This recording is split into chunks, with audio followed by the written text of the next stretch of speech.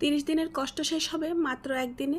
সারাদিন কষ্ট করে রোজা রেখে এই রকম ভাজা পোড়া নাস্তা বানাতে অনেক বেশি কষ্ট লাগে। তাই আজকে কিছু ফ্রোজেন খাবার তৈরি করে নেব রমজান আসার আগেই। আসসালামু আলাইকুম, মেয়েদের খুনসুটি পেজে আপনাদেরকে সবাইকে স্বাগত। যে যেখান থেকে আজকের এই ভিডিওটি দেখছেন সবাই সুস্থ আছেন, ভালো আছেন। আল্লাহর অশেষ রহমতে আমরা অনেক ভালো আছি।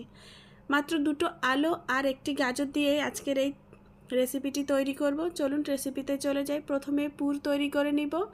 চুলায় একটি প্যান বসিয়ে দিয়েছি। পেঁয়াজ কুচি আর কাঁচামরিচ কুচি দিয়ে ভালোভাবে ভেজে নেব।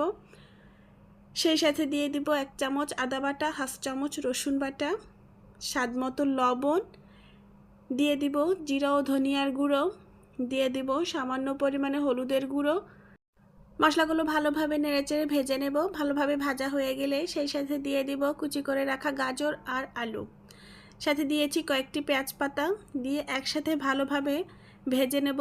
এই তো দেখতে পাচ্ছেন, ভাজতে ভাজতে যখন কিছুটা নরম হয়ে আসবে তখন এই ঢাকনা দিয়ে বেশ কিছুক্ষণ রান্না করে নিব। যেহেতু আমি পানি দেব না, তাই ঢাকনা দিয়েই আমি রান্না করব। এতে করে আলু এবং গাজর ভালোভাবে সেদ্ধ হবে। ঢাকনা তুলে আমি আবারও নেড়েচেড়ে দিচ্ছি।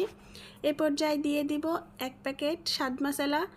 এই 1 প্যাকেট স্বাদ মশলাই এই রেসিপিটির স্বাদ বদলে দেবে। ভালোভাবে নেড়েচেড়ে আবারও ঢাকনা দিয়ে কিছুক্ষণ রেখে চুলা থেকে নামিয়ে নেব। পুর তো তৈরি হয়ে গেল। এবার পিঠা তৈরি করার জন্য ডো তৈরি করে নিয়েছি। এখানে আমি 2 কাপ ময়দার সাথে স্বাদমতো লবণ ও সয়াবিন তেল দিয়ে সুন্দর একটি ডো তৈরি করে নিয়েছি। এবার গোল শেপের রুটি করে নেব এবং এরকম ছাঁচ দিয়ে আমি পিঠাগুলো তৈরি করে নেব। এই তো দেখতেই পাচ্ছেন। এবার আমি পুর দিয়ে দেব।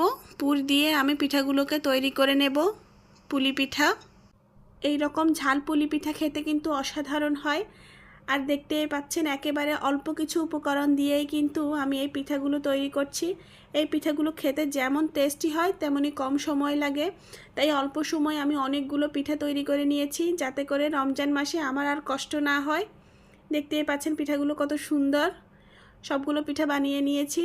ডিপ ফ্রিজে রেখে দেব সারা রাতের জন্য। শক্ত হয়ে গেলে জিপলক ব্যাগে অথবা এয়ারটাইট বক্সে করে আমি পুরো রমজান মাস ধরে খেতে পারবো। যাই হোক, পিঠাগুলো সবগুলো বানানো হয়ে গিয়েছে। আজকের রেসিপিটি যদি আপনাদের কাছে ভালো লেগে থাকে তাহলে আশা করব আপনারাও ঝটপট রমজান আসার আগেই পিঠাগুলো তৈরি করে নেবেন। বাসায় পিঠা বানিয়েছি আর মেয়েদের বায়না হবে না তা তো হয় না। তাই মেয়েদের আবদার রাখতে কয়েকটি পিঠা মেয়েদেরকে ভেজে দিয়েছি।